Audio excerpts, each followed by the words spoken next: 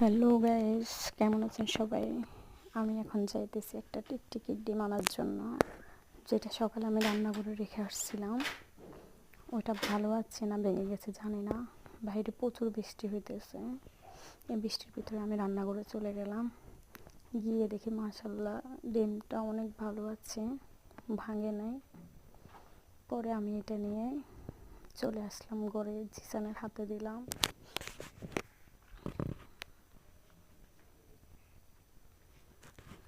জিসান তো এটা দেখে নাচতেছে, একটু পরে কান্না করে দিবে যখন এটা হাত থেকে পড়ে ভেঙে যাবে।